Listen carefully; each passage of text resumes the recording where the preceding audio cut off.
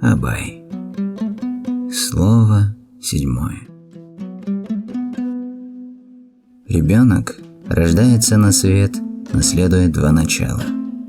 Первое из них требует еды, питья и сна. Это потребность плоти. Без этого тело не может служить пристанищем для души, не будет расти и крепнуть. Другое начало – тяга к познаниям.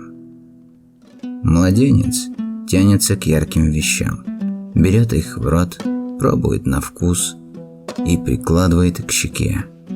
Встрепенется, услышав звуки, дудки или свирели. Подросший бежит на лай собаки, на голоса животных, на смех и плач людей. Теряет покой, спрашивая обо всем, что видят глаза и слышат уши. Что это? Зачем это? Почему он так делает? Это уже потребность души. Желание все видеть, слышать и всему учиться.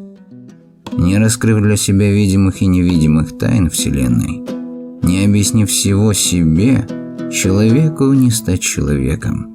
И бытие души такого человека тогда ничем не отличается от бытия иной твари.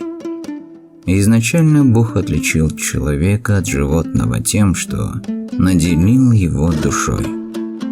Почему мы, повзрослев и поумнев, не ищем и не находим удовлетворения тому любопытству, что в детстве заставляло нас забывать о еде и сне?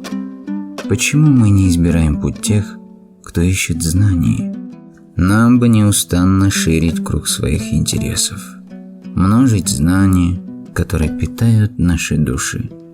Нам бы понять, что благо души несравненно выше телесных, и подчинить плотские потребности велению души.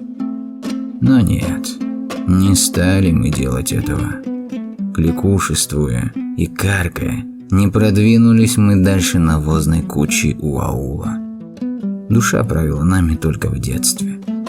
Повзрослев и окрепнув, мы не позволили ей повелевать собой, подчинили душу телу, а на все окружающее смотрим глазами, но не разумом.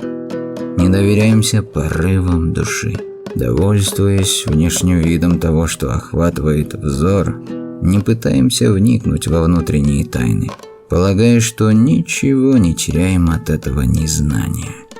На замечания и советы людей умных отвечаем: «Ты живи своим умом, а я своим проживу.